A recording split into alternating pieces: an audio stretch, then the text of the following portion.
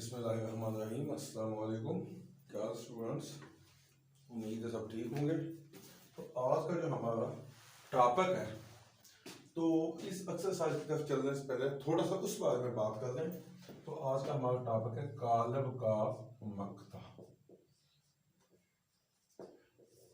Determinant of matrix. तो किसी भी कालब के मक्ता, उसके जो अरकान है उनकी क्लास मल्टीप्लाई करते हैं, उनके एलिमेंट्स को क्लास मल्टीप्लिकेशन करते हैं। तो उसके बाद उनका हम आपस में फर्क निकालते हैं, यानी माइनस करते हैं। तो जो उसे हासिल होता है उसे हम कालब का मक्ता कहते हैं। फॉर एग्जांपल, ए कालब में हमारे पास ए बी सी डी। तो ए के मक्ता को इसको हम डिटरमिनेशन ऑफ मैट्रिक्स कहते हैं। तो इसको हम डेट ए से भी जाहिर कर सकते हैं, या तो ए के मक्ता की अलामत है ये सीधी लाइन है, तो इसके मैट्रिक्स की भी हम बिल्कुल सीधी लाइनें लगा देंगे। तो उनको हम क्रॉस मल्टीप्लाई करेंगे। ए को हम करेंगे डी से मल्टीप्लाई। तो जब नीचे से ऊपर जाएंगे तो दरमियान में माइनस सी को बी से, तो det A D minus B C. तो ये ए का मक्ता या डिटरमिनेशन ऑफ ए आ गया। तो इसी तरह हम सवाल करते हैं 1.5 का जो पहला क्वेश्चन है,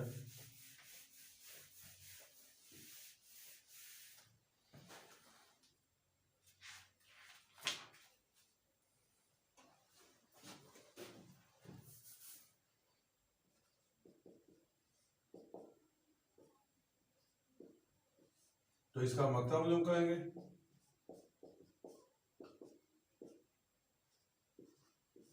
तो क्लास मल्टीप्लाई,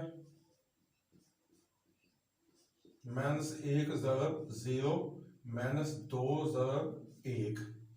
तो ए का मक्ता 0 माइनस 2 बंदा 2। तो ए का मक्ता is equal to minus 2।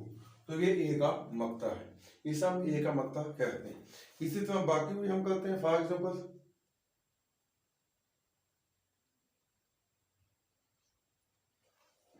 First क्या हमारे पास बी मैट्रिक्स सी मैट्रिक्स है।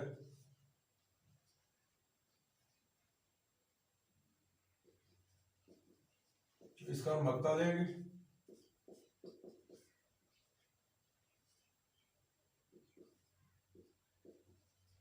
तो क्रॉस मल्टीप्लाई,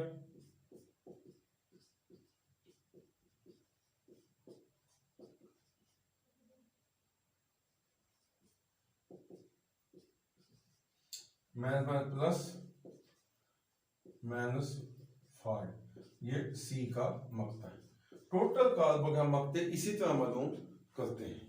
अगर काल्ब का मक्ता आता है 0 तो वो होगा नादिर काल्ब।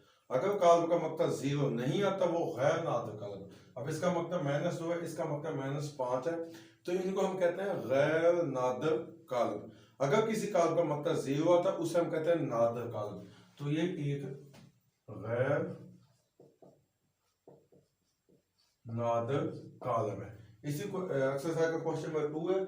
तो एक हम नादिर काल्ब की एग्जांपल देखते हैं।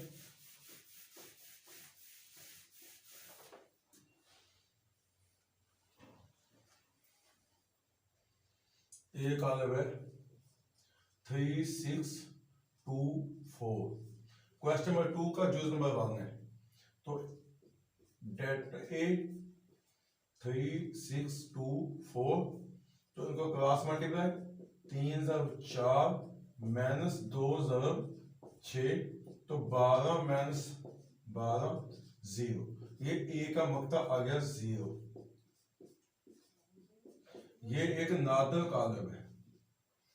नादिर काल्ब ऐसा काल्ब जिसका मक्ता 0 के मुसावी हो, और गैर नादिर काल्ब ऐसा काल्ब जिसका मक्ता 0 के मुसावी ना हो। अब ये 0 के मुसावी नहीं है, ये गैर नादिर काल्ब है। ये 0 के मुसावी है, तो ये नादिर काल्ब है। इसी मतलब को हम आगे बढ़ाते हुए चलते हैं। काल्ब का एडजॉइंट,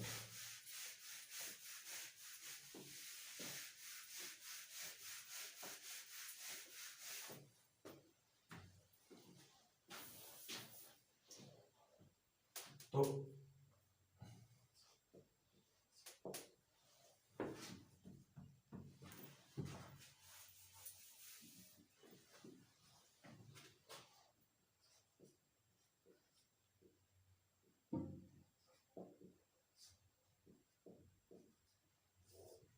तो फॉर एग्जाम्पल हमारे पास एक आरब है adjoint of matrix English medium.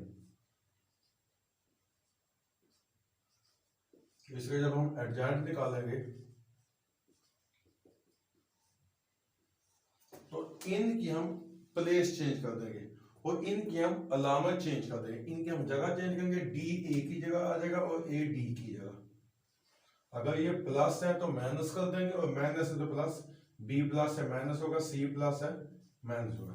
इसे हम कहते हैं कॉलम का एडजॉइंट। तो कोई भी आप कॉलम उठा लें, फॉर एग्जांपल हम ए कॉलम ले लेते हैं,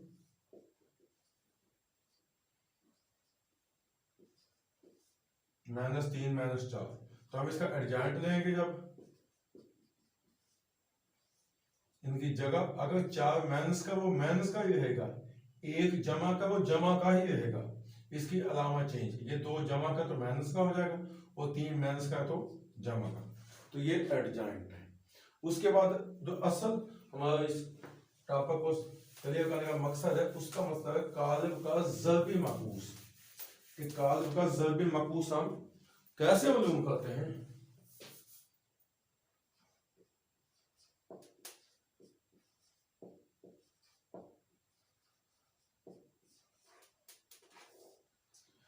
तो कोई भी कालिब है, फर्ज का हम ए का ज़र्बी मकूस, इसको हम कहते हैं ए इनवर्स, यानी ए का ज़र्बी मकूस। इसके लिए हमें 2 चीजें चाहिए, एडजॉइंट और ए का मक्ता। एडजॉइंट बटा मक्ता, कोई भी कालिब है उसका जो आप ज़र्बी मकूस मालूम करेंगे आपको 2 चीजें चाहिए, नंबर 1 मक्ता, नंबर 2 एडजॉइंट। अगर कालिब नादर है तो उसका ज़र्बी मकूस मुमकिन नहीं है क्योंकि उसका मक्ता 0 आता है।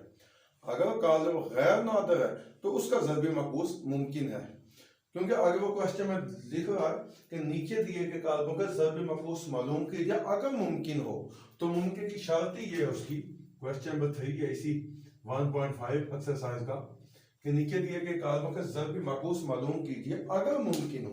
तो उसकी शर्त ही ये है कि अगर उनका यानी मक्ता गैर नादर कालिब आता है तो मालूम कर सकते हैं, अगर मक्ता नादर कालिब आता है तो मालूम नहीं कर सकते। फॉर एग्जाम्पल क्वेश्चन नंबर 3 का जो पहला क्वेश्चन है, ए है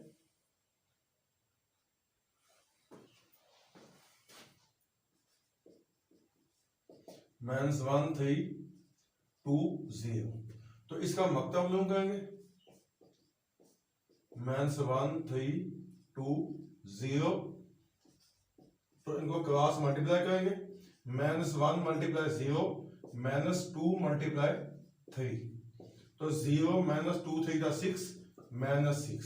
ये एक गैर नादिर कालिब है, इसलिए ज़र्बी मकूस मुमकिन है। अब इसी का हम एडजॉइंट लेंगे, इनकी हम जगह चेंज कर देंगे और इनकी अलामत, 0 ऊपर आ जाएगा तो -1 नीचे आ जाएगा, ये 3 और 2 है, ये प्लस है, ये माइनस के हो जाएंगे। अब ए इनवर्स एडजॉइंट बटा ए का मक्ता, या आप इसको यूं भी लिख सकते हैं 1 बटा ए का मक्ता ज़र्ब एडजॉइंट है। दोनों का मकसद एक ही है क्योंकि एडजॉइंट 1 से मल्टीप्लाई हो जाएगा। ये अक्सर उस सूरत में आता है जब हम कोई भी बड़ा कालिब या कोई हालचक मालूम करें या कोई दोनों बटे वाले हुकूम आ जाए, उसकी एग्जांपल मैं आपको आगे देता हूं। अब ए इनवर्स, तो एडजॉइंट ए क्या निकाला हमने, 0 -3 -2 -1 तकसीम डेट ए यानी -6। अब -6 इन सब पे बाय डिवाइड होगा, तो 0 over -6 -3 over -6 -2 over -6 -1 over -6। A inverse 0 को किसी भी अदद से मल्टीप्लाई करें या सब्ट्रैक्शन यानी ज़र्ब या तकसीम का जवाब 0 आता है। सो 0 तकसीम -6 0, तो माइनस से माइनस कट जाएगा, 3 एकम 3 3 दूनी 6, माइनस से माइनस कट गया, 2 एकम 2 2 3 6, माइनस से माइनस कट गया 1/6, तो ये ए का ज़र्बी माकूस है। उम्मीद है आपको इसकी समझ आ गई होगी। तो मजीद एक क्वेश्चन हम इसका करते हैं, इसका कुल 4 क्वेश्चन है, तो वो आपने खुद भी इनको देख के कर सकते हैं।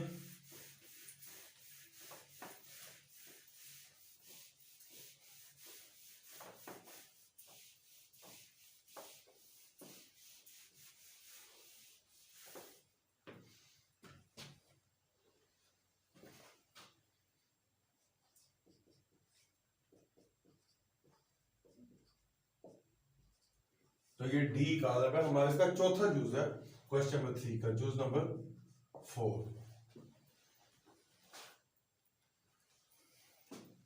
एक बटा 2 3 बटा 4 1 2। तो इसका ज़रबी मकूस मालूम कीजिए अगर मुमकिन हो। तो आइए सबसे पहले हम इसका मकता मालूम करते हैं। डी का मकता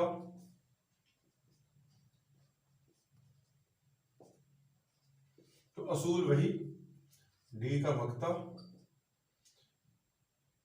1 बटा 2 ज़रब 2 माइनस 1 ज़रब 3 बटा 4। तो 2 से 2 कट गया, 1 बच गया, तो माइनस 3 बटा 4। तो 4 एलसीएम ले लेंगे, 4 एकम 4 माइनस 3, तो 1 बटा 4 डी का मकता आ गया हमारे पास।